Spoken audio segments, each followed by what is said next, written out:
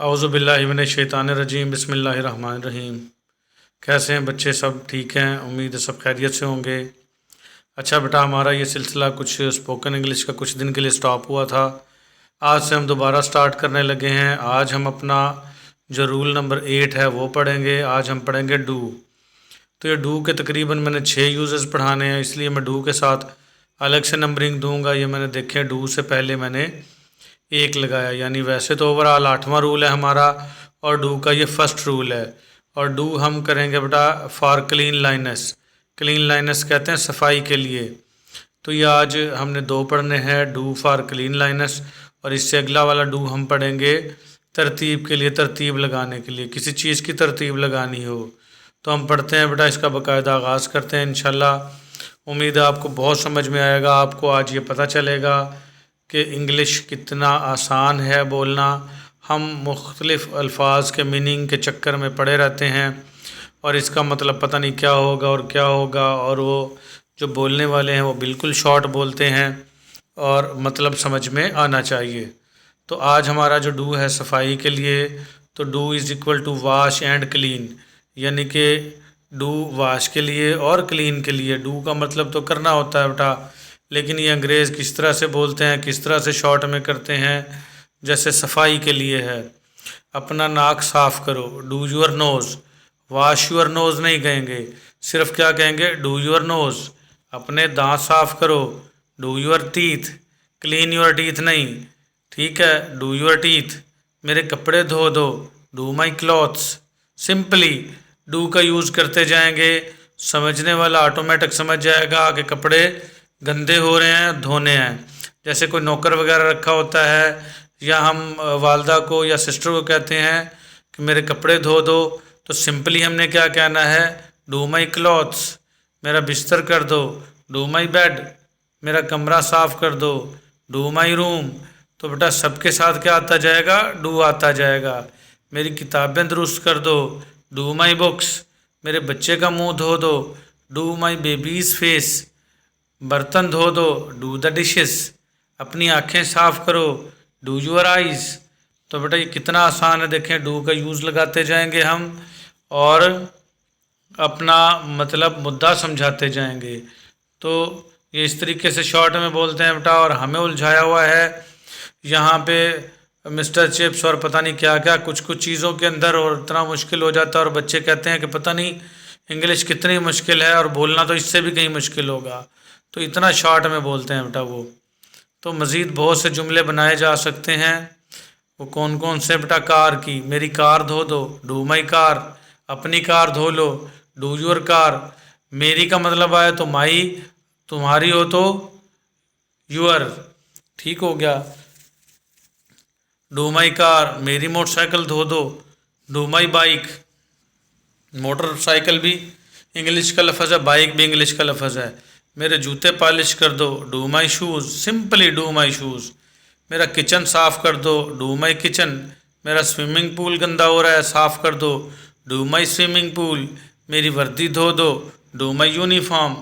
तो ये डू लगाते जाएंगे बेटा और अपना सफाई का मुद्दा बयान करते जाएंगे। So simple.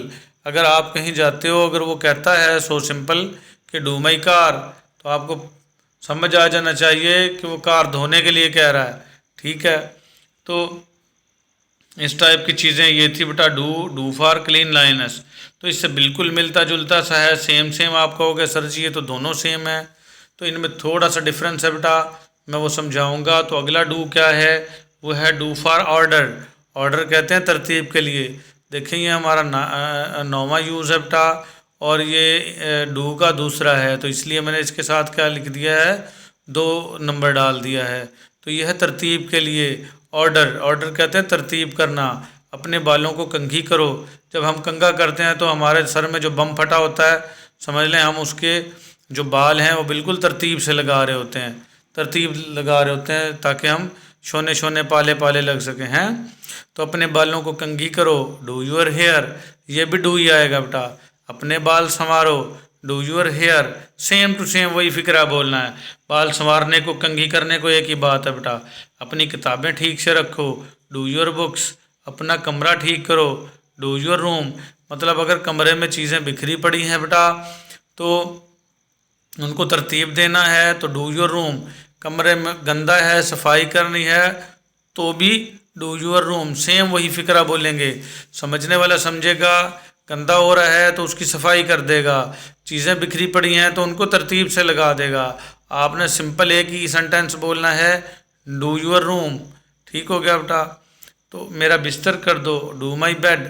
देखें बेटा, अगर बिस्तर गंदा है, झाड़ना है तो भी सिंपल कहोगे डू माई बेड। अगर बिस्तर फोल्ड हुआ है तो उसको आपने दोबारा से बिछाना है तो भी सिंपल डू माई बेड। ठीक है। और अगर बिछा हुआ है तो उसको दोबारा से फोल्ड करना है तो डू माई बेड। सिंपल एक ही सेंटेंस बोलोगे, समझने वाला खुद ही समझेगा कि ये कहना क्या चाह रहा है। ठीक हो गया बेटा। फूलों का गुलदस्ता बनाओ, तरतीब लगानी है ना, डू द फ्लावर्स।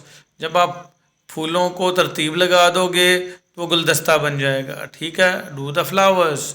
मेरे कपड़े इस्त्री कर दो, डू माई क्लोथ्स। ठीक हो गया बेटा। तो ये देखें, कपड़े अगर धुले हुए हैं उनको इस्त्री करना है तो डू माई क्लोथ्स। अगर गंदे हैं, धोना है तो भी so simple do my clothes. ठीक है।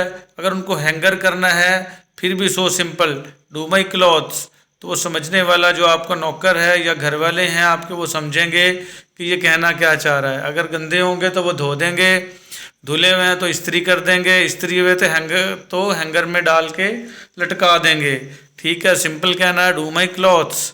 ठीक है। और ये वाली चीज़ें अप्लाई बेटा अंग्रेज़ों पे ही करनी है।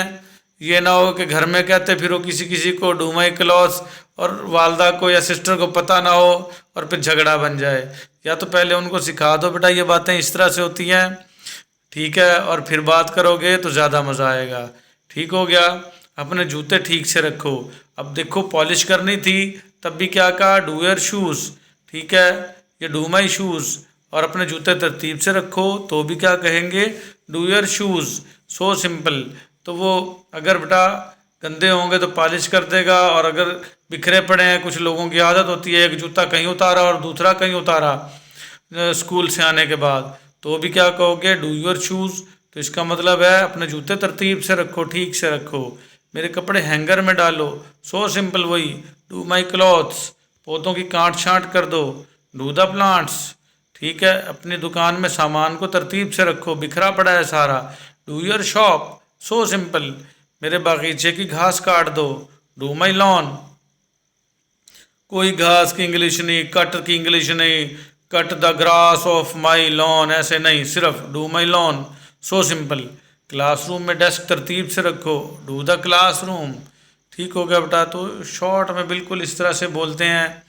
और हम कहेंगे कोई मूवी देख रहे हो या इधर उधर देख रहे हो, हम कहेंगे पता नहीं ये डू डू क्या किया जा रहा है। तो सो सिंपल बेटा डू का इस तरह से यूज़ करते हैं। डू तकरीबन 6 जगह पे यूज़ होता है। तो डू के आज मैंने 2 यूजेस बता दिए हैं आपको कि डू किसके लिए यूज़ होता है बेटा, तरतीब के लिए, और दूसरा डू किसके लिए यूज़ होता है आपका, क्लीन लाइनर्स के लिए। तो उम्मीद है बेटा मेरे लेक्चर समझ में आए होंगे आपको, बहुत मज़ेदार हैं। इसके 100-200 सेंटेंसेस बनाएं, अपने तरफ से सोचें, एक दूसरे के साथ बात करें, और मुझे भी अपनी दुआओं में याद रखिएगा और मेरा ये साथ दें बच्चों। जो मैं आप लोगों के लिए ये फ़ी सबीलिल्लाह पढ़ा रहा हूँ, तो मेरा चैनल जो है वो दोस्तों के साथ, अपने रिश्तेदारों के साथ, जिसको आप चाहते हैं उसका भला हो जाए और बहुत आसान तरीके से सीख सके, तो उनके साथ शेयर करें बेटा, सब्सक्राइब करें, लाइक करें। इससे मुझे हौसला मिलता है ताकि मैं आपके साथ जो है आपके लिए मज़ीद इसी तरह से लेक्चर बना सकूं। बड़ी मुश्किल से बेटा पहले तो मुझे बड़े इसको सोच के हर एक चीज़ लिखनी पड़ती है, लिख के इसको केम स्कैनर से तरतीब देना पड़ता है और फिर इसके ऊपर लेक्चर बनाना पड़ता है। कुछ स्टूडेंट्स का था कि सर जी हमने आपको देखा नहीं, कुछ कमेंट्स भी आ रहे थे, और कुछ जो है वैसे भी मुझे वॉइस कर रहे थे कि सर आप तो ऐसे पढ़ाते हैं, आप नज़र तो आते ही नहीं हैं। तो मैंने वो जो है एंटरटेनमेंट के लिए अपने कुछ शॉर्ट्स डालना शुरू कर दिए हैं, जिसमें मैं हर हफ्ते अपने बच्चों के साथ जो आउटिंग पे निकलता हूँ तो वो पिक्स में और जो है छोटी छोटी वीडियोस डालता रहूँगा। उसमें आप मुझे देख भी सकते हैं और आपके साथ स्टडी के साथ साथ थोड़ा सा फ़न भी रहेगा। तो आज के लिए हमारा इतना ही बेटा, मिलेंगे अगले लेक्चर में। अल्लाह हाफिज़।